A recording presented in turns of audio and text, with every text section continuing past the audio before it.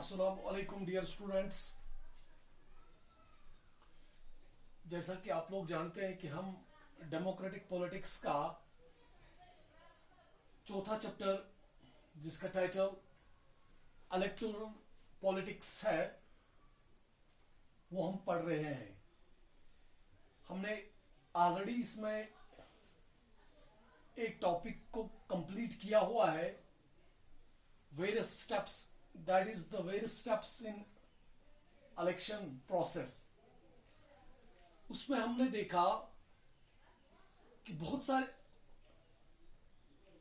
सारे काम जो होते हैं वो इलेक्शन कमीशन ऑफ इंडिया को करने होते हैं, और बहुत सारे काम जो है वो डिफरेंट पॉलिटिकल पार्टीज या इंडिपेंडेंट कैंडिडेट्स को करने होते हैं। जैसा कि उसमें जो पहला स्टेप जो है, that is the selection of candidates. वो पॉलिटिकल पार्टीज का काम होता है कि वो किस कैंडिडेट को इलेक्शन के लिए चुने और किस को ना चुने। ये पॉलिटिकल पार्टी पे डिपेंड करता है कि किस कैंडिडेट्स पे उनकी उम्मीद होती है कि ये इलेक्शन जीतेगा, तो वो उसी को फिर इलेक्शन में टिकट प्रोवाइड करती है। तो उसके बाद जो स्टेप नंबर 2 जो है, which is filling of nomination papers, security of papers, और फिर विड्रॉवल। ये 3 स्टेप एक ही में होते हैं। जैसे फिलिंग ऑफ नॉमिनेशन पेपर्स एक कैंडिडेट का काम होता है, फिर उन पेपर्स की सिक्योरिटी करना ये इलेक्शन कमीशन का काम होता है। फिर जो विड्रॉवल जो कैंडिडेट्स करते हैं एट द 11th ओवर, ये कैंडिडेट्स का काम होता है। उसके बाद जो इसका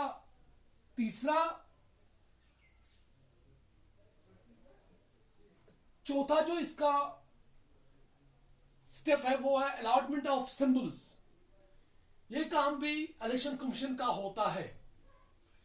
तो इस तरह से इसके और बाकी स्टेप जो हमने पढ़े हैं, या तो वो इलेक्शन कमीशन के हद इख्तियार में होते हैं, या तो वो कैंडिडेट्स के हद इख्तियार में होते हैं। तो आज जो हम टॉपिक पढ़ने जा रहे हैं, that is the role of election commission in ensuring free and fair elections. Elections को स्मूथली कंडक्ट करने के लिए इलेक्शन कमीशन ऑफ इंडिया कौन कौन से स्टेप्स उठाती है, वो आज हमें जानना है। जहां तक इलेक्शन कमीशन ऑफ इंडिया का सवाल है, इलेक्शन को फ्री एंड फेयर कंडक्ट करने के लिए उनको बहुत सारे काम करने होते हैं। जैसा कि सबसे पहले उनको प्रिपरेशन ऑफ इलेक्टोरल रोल्स, जो मैंने यहां पे मेंशन किया हुआ है, वो उनको करना होता है। इलेक्टोरल रोल्स को प्रिपेयर किया जाता है। ये एक लिस्ट होती है जो इलेक्शन कमीशन के ऑफिस से निकलती है, जिसपे वोटर्स के नाम, फादर्स नेम, उनकी एज, उनके सेक्स के बारे में उस लिस्ट में मेंशन होता है। उनका बायोडाटा उसमें मेंशन होता है कि वोटर का नाम क्या है, उसके बाप का नाम क्या है, उसकी एज कितनी है, वो मर्द है या औरत है, ये सारा उस लिस्ट में मेंशन किया हुआ होता है। क्योंकि मैंने आपको पहले ही बताया हुआ है कि वोट डालने का हक जो है वो 18 साल के ऊपर जिनकी उम्र है वो ही डाल सकते हैं।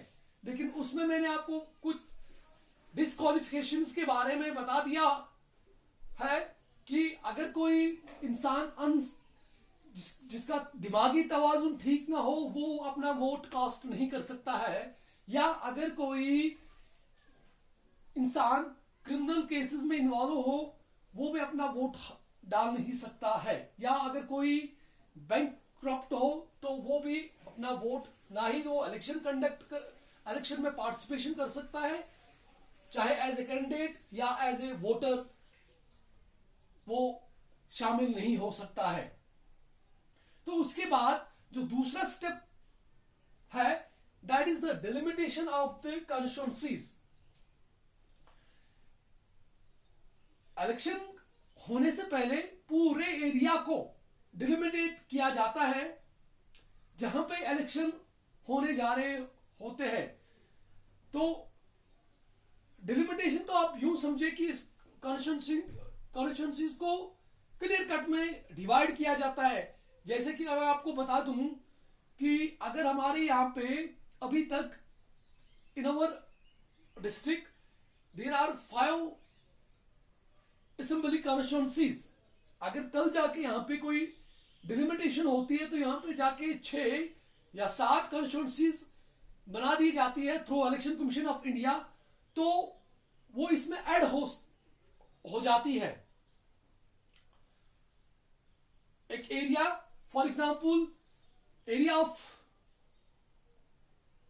40 और 50 और 60 विलेजेस कंप्राइज ऑफ 1 कॉन्स्टिट्यूएंसी।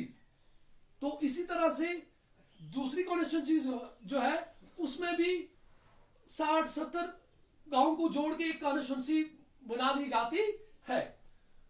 तो ये काम जो है ये भी इलेक्शन कमीशन ऑफ इंडिया करती है। उसके बाद जो स्टेप नंबर 3 जो है, that is the fixing of election dates.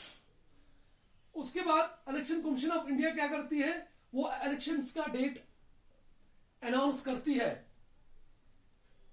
इसलिए so that the voters could easily cast their votes on that particular date, ताकि लोगों को पता चले कि हमारी उनकी रेस्पेक्टिव कॉन्स्टिट्यूएंसी में कब वोट डाले जाने होंगे, वो उसी दिन वोटिंग के लिए तैयार रहते हैं। तो ये थे 3 स्टेप्स जो election commission of India conduct करती है for ensuring free and fair elections. अगली वीडियो में हम इंशाल्लाह इस टॉपिक को और आगे लेके चलेंगे। तब तक के लिए खुदा हाफिज।